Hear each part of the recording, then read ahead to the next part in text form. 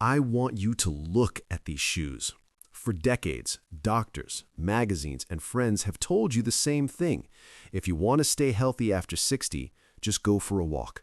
And don't get me wrong, I love walking. It's great for your heart. It's great for your mind. But I have to tell you a hard truth today. A truth that might save your independence. Walking is not enough. Here is the problem. After age 60, you are fighting a silent enemy called sarcopenia, age-related muscle loss. You lose about 3 to 5% of your muscle mass every decade. Walking is a low-impact endurance activity. It uses slow twitch muscle fibers. These are great for stamina, but they do nothing to stop your muscles from shrinking. To stop the shrinking, to stop the frailty, you need to activate your fast twitch fibers. You need power, you need strength, and walking simply cannot give you that. But there is one exercise that does. It triggers a hormonal response that walking can't. It builds bone density where walking fails. And the best part? You don't need a gym. You just need this, a chair. If you do this one exercise correctly every single day, it is scientifically proven to be better for your longevity than just walking 10,000 steps. Let me show you exactly what it is, and more importantly, how to master it. It looks simple, doesn't it? Some call it a squat. Doctors call it the sit to stand. I call it the independence button. Why is this superior to walking? Let's look at the anatomy. When you walk, you are essentially catching yourself from falling forward. It's momentum. But when you stand up from a chair, you are fighting gravity directly. You're engaging the quadriceps, the biggest muscle in your body, the glutes, the strongest muscle in your body, and your core. You are lifting your entire body weight against gravity. That is strength training. And here is the science. Strength training releases specific hormones like testosterone and growth hormone that signal your body to stay young. Walking does not produce this signal strongly enough. If you can't walk 5 miles, you can still live a happy life. But if you can't stand up from a chair, you lose your ability to live alone. That is why this exercise is non-negotiable. Before we start training, we need a baseline. We need to know how strong are you right now. We're going to do the CDC 30-second chair stand test. This is the exact test used by geriatricians to predict fall risk.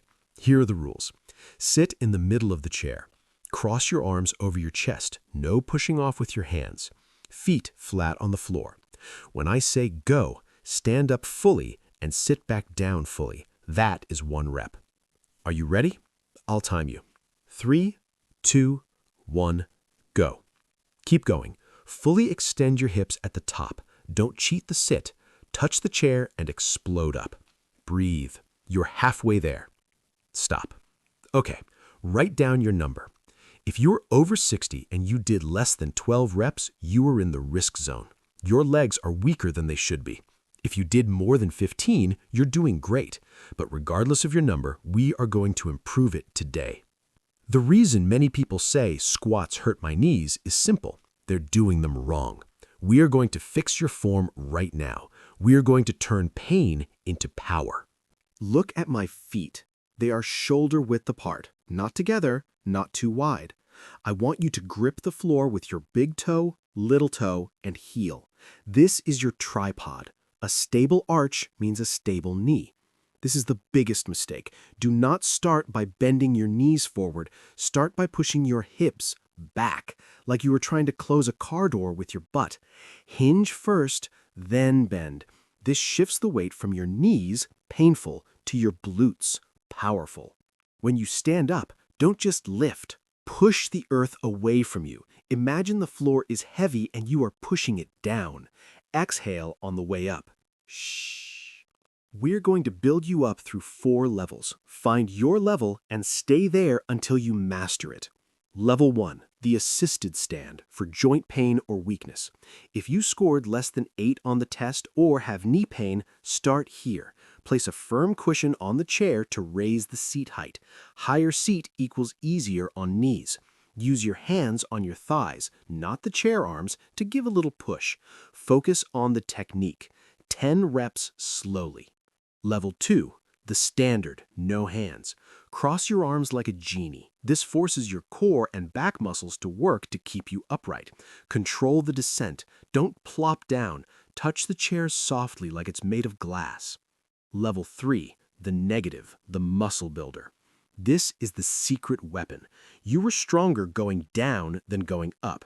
Stand up normally, but on the way down, take 5 full seconds. 5, 4, 3, 2, 1. Touch. This eccentric phase creates the most micro tears in the muscle, which leads to the most growth. It's hard, but it works. Level 4, the power pop. If you want to walk faster and catch yourself before a fall, you need speed. Sit slowly and then explode up as fast as you can. Boom, up. This wakes up those sleeping fast twitch fibers I told you about. So, am I telling you to stop walking? Absolutely not. Walking is for your heart. This chair exercise is for your structure. Here is how you combine them for the ultimate longevity plan. The walk, squat, sandwich. Walk for 5 minutes, warm up. Find a bench or use your chair at home. Do 3 sets of 10 chair stands. Rest 1 minute between sets. Then walk for another 10 minutes, cool down. By inserting this high-intensity strength work into your walk, you get the best of both worlds, cardio and muscle. You turn a stroll into a workout. Think about it. If you do 3 sets of 10 reps every day, that is 10,950 squats a year. Do you think your legs will look and feel different after 10,000 squats? You bet they will. You will be a different person next year.